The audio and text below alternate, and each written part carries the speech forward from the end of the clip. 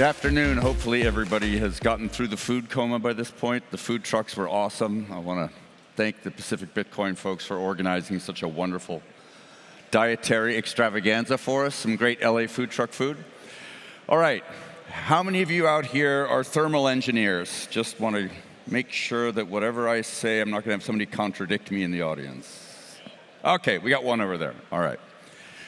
So I'm going to talk about boiling the oceans. Actually, not boiling the oceans, but something similar to it, which is all about heat. Bitcoin miners create a lot of heat. Those of you who run mining operations, who run mining rigs at home, know that they generate a lot of heat. But there's stuff you can do with that heat. So that's what I'm going to focus on today. Here's a question for you. With the electronics you have in your home, or with anything that consumes electricity, what percentage of the wattage going into the device ends up as heat? How many people say 50%? Hands up. Okay, nobody's willing to take a chance here. 70%. Got some 70%ers. 80%.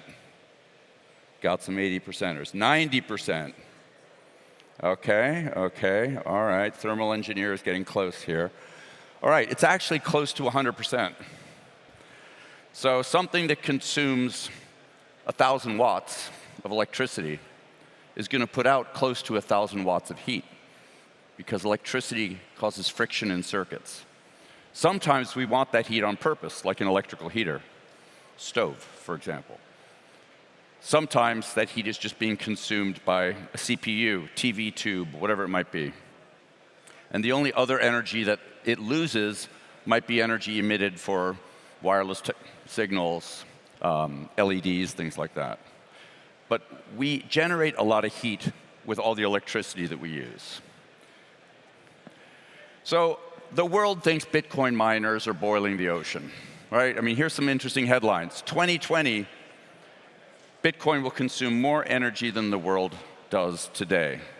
Last time I looked at the calendar, it was 2023, and Bitcoin miners still consume less than 0.2% of the electricity generated on the planet. So I think this data is maybe not very accurate, and that was the World Economic Forum.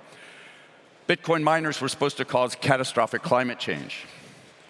Bitcoin miners today are responsible for driving all sorts of renewable energy generation. As a matter of fact, 58% of the energy we use is renewable, and of the industry as a whole, it's over 50%. We even got Elon Musk to agree with us on that topic. So, Bitcoin mining gets a bad rap, and I think we're finally getting to a place where the media and politicians are accepting the fact that Bitcoin mining is not going to boil the ocean.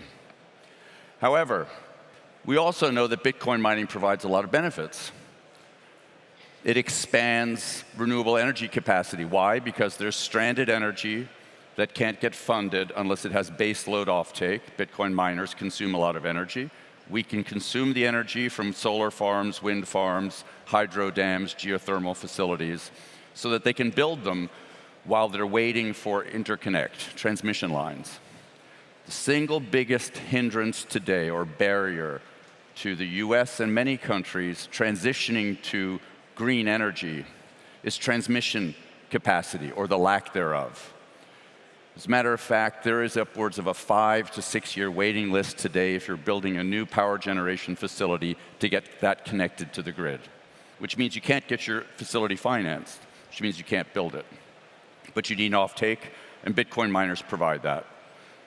And we love working with solar energy companies, geothermal energy companies, methane capture, wind, et cetera, and help provide them with revenues so they can operate their businesses, do what they have to do while they're either waiting for interconnect, or even if they have interconnect, because they happen to generate electricity at that period of the day called the belly of the duck, which is when nobody's buying electricity. So we strengthen the electrical grid because we help balance it. Many of you have been reading about all the good work that miners have been doing in Texas in balancing the grid there so they don't have to have blackouts. In Texas, 40% of the power is generated by intermittent energy, meaning wind and solar. Sun doesn't shine 24 hours a day, wind doesn't blow 24 hours a day, or as a matter of fact, every day of the week. And so it's intermittent.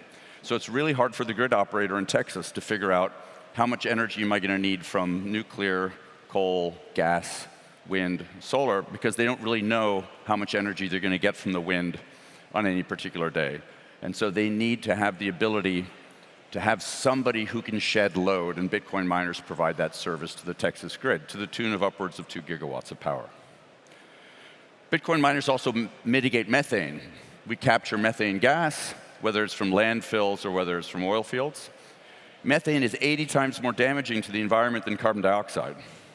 So if we can take methane gas, which is the single biggest problem with global warming today, and turn it into carbon dioxide, we're dramatically reducing the impact of modern man's use of resources on this planet. But that's not the only benefit of Bitcoin mining. Bitcoin miners do produce a lot of heat. As a matter of fact, an S19 produces 10,000 BTUs per hour, which is about the amount of heat generated by 3 space heaters.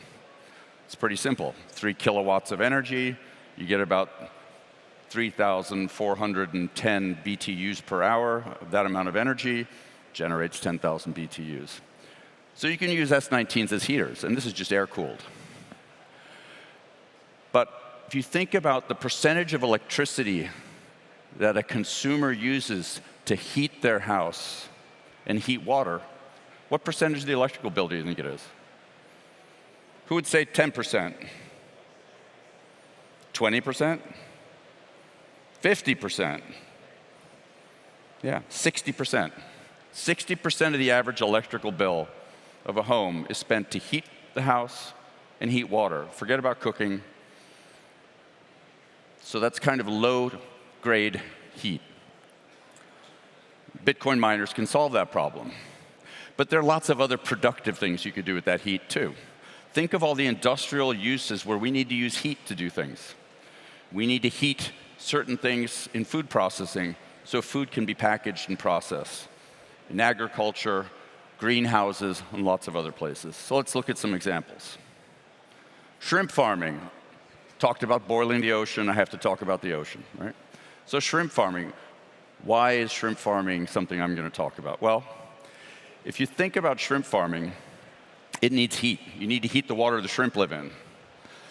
You could take 100 Bitcoin miners using liquid immersion, take that immersion fluid, heat the water in a shrimp farm, and then that water effectively cools down. It comes right back into the Bitcoin mining immersion tanks. You can cut the cost of a shrimp farming facility by 10%.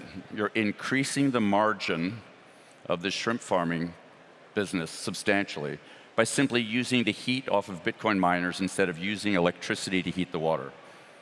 It's more efficient to use Bitcoin miners to heat the water for shrimp than it is to use water heaters. It's a lot less expensive. So Marathon is partnering with companies that are doing aquaculture, shrimp farming, as a way to use the heat from our Bitcoin mining to grow shrimp. We're building a prototype facility up in Washington State to do this. We're also working with people who have hothouses, greenhouses. There are lots of places in the world where you'd like to be able to grow crops, but you have to do it in greenhouses because it's too cold. Think of Northern Europe, Canada, northern parts of the US. So that heat is useful. And if you think about the amount of protein the world today is getting out of the oceans, and you think about fish farms and traditional shrimp farms done in the ocean, they create a lot of environmental damage to the ocean. So what if you could do that on land instead? What if we could do that using Bitcoin mining? There'd be a lot of benefits to that. We would have a consistent food supply, and it would be economically more efficient. We can heat greenhouses. A single S19 XP can sustain a 240 square foot greenhouse. That's about 20 by 12. Just using the air generated in an environment that's 0 degrees C, meaning it's freezing outside. This is energy that the greenhouse would otherwise have to use and procure to heat the greenhouse. And meanwhile, they could be mining Bitcoin. So what else can the heat be used for? Well, like I said, one S19 XP could heat 2 single-family homes of about 1,000 square feet each. You have Bitcoin boilers that companies are developing. You have hot tubs. You have dryers for clothing. You have all sorts of consumer devices people are developing. But heat recycling actually could change the world.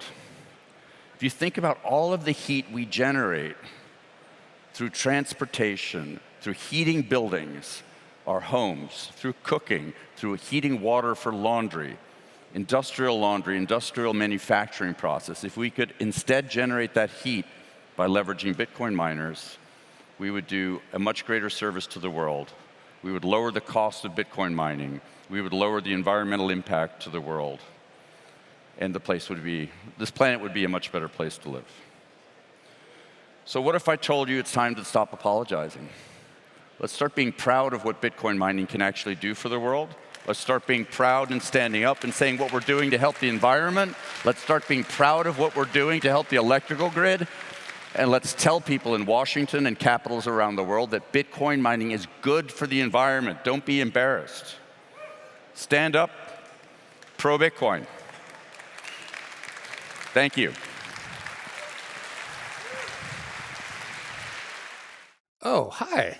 Do you have your ticket to the next Pacific Bitcoin Festival? Join us as we shine a light on the best of Bitcoin and Bitcoiners. Visit pacificbitcoin.com for the best deal on tickets now.